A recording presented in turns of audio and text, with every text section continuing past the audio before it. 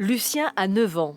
Depuis la maternelle, ses comportements à l'école et dans la famille sont difficiles à gérer. Ses parents ont déjà consulté de nombreux professionnels dans tous les domaines. On a travaillé avec une ergothérapeute, une psychomotricienne, une psychologue.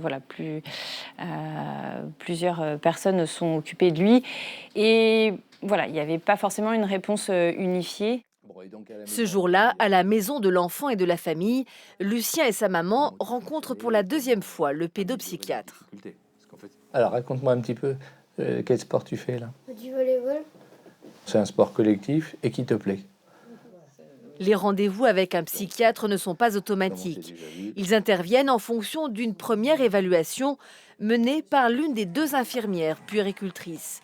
Elles enregistrent des données concrètes. On a une toise qui est accrochée ici, où on mesure l'enfant, couplé à notre balance, où on le pèse pour avoir un IMC, pour faire de la prévention sur l'obésité ou la maigreur.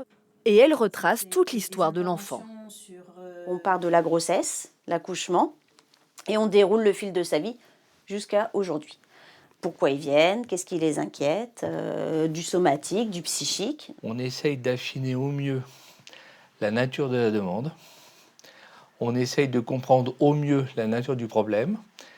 Et partant de là, on oriente la famille et l'enfant vers le bon professionnel. Lucien, lui, a déjà perçu la spécificité de ce lieu d'accueil. Bah là, c'est plus calme, c'est plus adapté à l'enfant.